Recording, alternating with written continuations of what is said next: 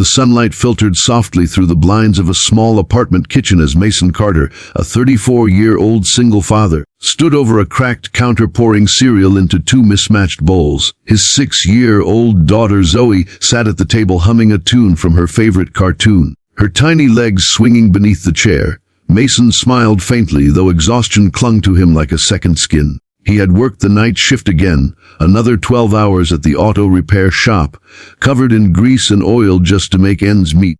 Every morning was the same, rushing between breakfast, school drop-offs, and a life that never seemed to slow down. But that morning, as Zoe chattered about her art project, something unexpected was about to change Mason's entire life. If you believe in kindness, second chances, and love showing up when you least expect it, then please take a second to like, comment, share, and subscribe to Kindness Journal, because today's story will remind you that miracles sometimes come dressed in everyday moments. Mason never believed in love anymore. His ex-wife had walked out when Zoe was only a year old, leaving behind a note and a wedding ring on the kitchen counter. Since then, his heart had been on lockdown, guarded, tired, and focused solely on raising his little girl. So when his best friend Jake called him that Friday afternoon and said, "Bro, I need a huge favor. You've got to go on this blind date for me," Mason laughed it off. "Jake, you're out of your mind. I don't do dates, especially not blind ones," but Jake insisted. He had double booked himself, an important meeting and a favor to a mutual friend who had set him up with a woman he hadn't met yet. "Come on, Mason, just go in my place. She doesn't even know what I look like. I'll owe you big time." Against his better judgment, Mason finally agreed. He didn't have a suit, so he borrowed Jake's. It was a little too tight around the shoulders, but it made him feel like someone who wasn't just a tired mechanic for once. Zoe giggled as he buttoned the jacket. "Daddy, you look like a movie star," she said, clapping her hands. By the time he reached the small Italian restaurant downtown, his nerves were frayed. He almost turned back twice.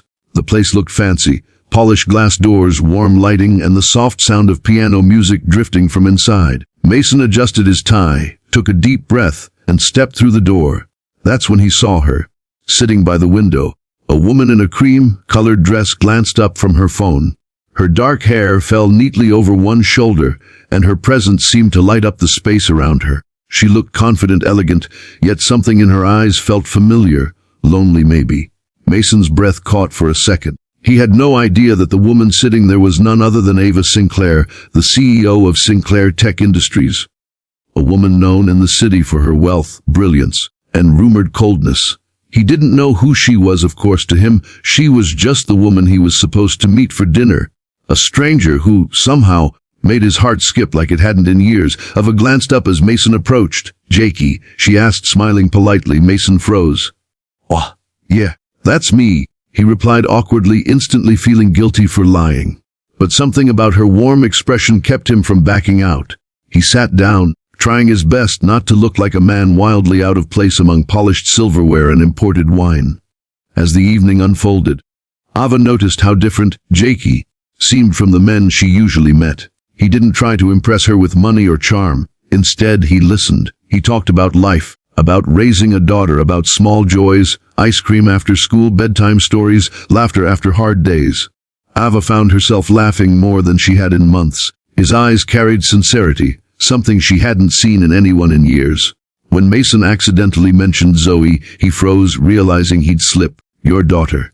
Ava asked gently. Mason sighed and nodded. "Yeah, sorry, I probably sound ridiculous. I'm not really great at this kind of thing. She's my world." Ava smiled softly. "You sound like a good father," she said, her voice unusually tender. By the end of the night, when Ava offered to walk him out, the sky had turned deep gold. As they stood outside beneath the streetlight, a soft breeze played between them. "Thank you for tonight," she said quietly. "It's been different." Mason smiled, rubbing the back of his neck. "Different good or different bad?" Ava laughed, a sound that felt like sunlight.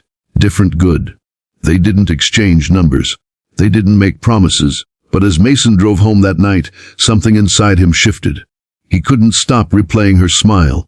The next morning, life returned to normal. He dropped Zoe at school, fixed engines, and tried to forget the woman in the cream dress. But fate had other plans. 3 days later, a black SUV pulled up outside his garage. Out stepped Ava Sinclair herself. Mason nearly dropped a wrench in shock. She looked completely out of place among the grease and noise, yet her gaze found him instantly. "I owe you an apology," she said, walking up to him. "You're not Jake, are you?" Mason's heart sank. "No, Mom. I didn't mean to lie. My friend—" "I know," she interrupted gently. "I met the real Jake this morning. He told me everything." Her expression softened. "But I'm glad he did, because I wouldn't have met you otherwise." That day marked the beginning of something neither of them expected. Ava started dropping by the shop every so often, sometimes with coffee, sometimes just to talk. She was drawn to Mason's humility, to the way he looked at life through the lens of gratitude instead of bitterness. Mason, in turn, saw a different side of Ava. Beyond the polished CEO image, she was thoughtful, kind, and surprisingly lonely. Weeks passed. Mason found himself smiling more. Zoe adored Ava, calling her Miss A. They'd sit together painting old boxes in bright colors while Mason watched, his heart swelling with a feeling he hadn't let himself feel in years. Hope. But love, as always, never comes without trials. One afternoon, Mason overheard a conversation between two clients at the shop. "You hear about that Ava Sinclair? She's dating some mechanic. It's all over the business circle. People are saying she's lost her mind." When Ava arrived that evening, Mason was quiet. "You don't have to come here anymore," he said flatly. "People are talking. You don't deserve that." Ava frowned. "Mason, do you care what people think?" He sighed. "I care about you, and I don't want you to lose everything you worked for just because of someone like me." Ava stepped closer. "Someone like you? Mason, you're the most genuine man I've ever met. You fix things for a living, but somehow you fixed something in me I didn't even know was broken." He looked at her then, eyes glistening. "And what if I can't give you the kind of life you deserve?" Ava smiled faintly. "Then we'll build one that we both deserve." But the pressure kept growing. Paparazzi photos leaked online. Articles labeled Mason, the mechanic who caught a billionaire. It became unbearable. Mason stopped answering her calls for a week, convinced that walking away was the only way to protect her. Ava, heartbroken, visited one last time. Zoe ran into her arms crying, "Don't go, Miss A." That moment shattered her resolve. Ava turned to Mason, her voice trembling. "If you walk away now, do it because you don't love me, not because of what they say." He looked at her, tears streaming silently down his face. "I do love you," he whispered, "more than I should." Ava stepped closer, took his oil-stained hand and said, "Then stop start living." They stood there for a long time, two worlds colliding, one polished and powerful, the other raw and humble, both realizing that love doesn't follow rules, titles, or expectations. It finds you where you least expect it. Months later, Mason walked through the same restaurant doors again, this time in a new suit, holding Zoe's hand. The hostess smiled. "M. Sinclair is waiting for you." Ava stood near the same window, her eyes lighting up when she saw them.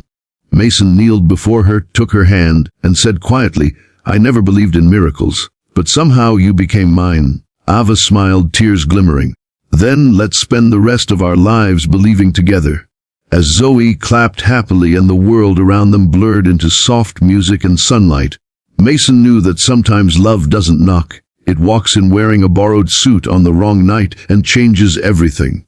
If this story touched your heart, please like, share, and subscribe to Kindness Journal. Every click helps us spread more hope, faith, and second chances in a world that desperately needs them. Special request: comment below. I still believe in unexpected love if you think everyone deserves a second chance at happiness. Because sometimes, all it takes is one dinner, one stranger, and one moment of courage to find forever.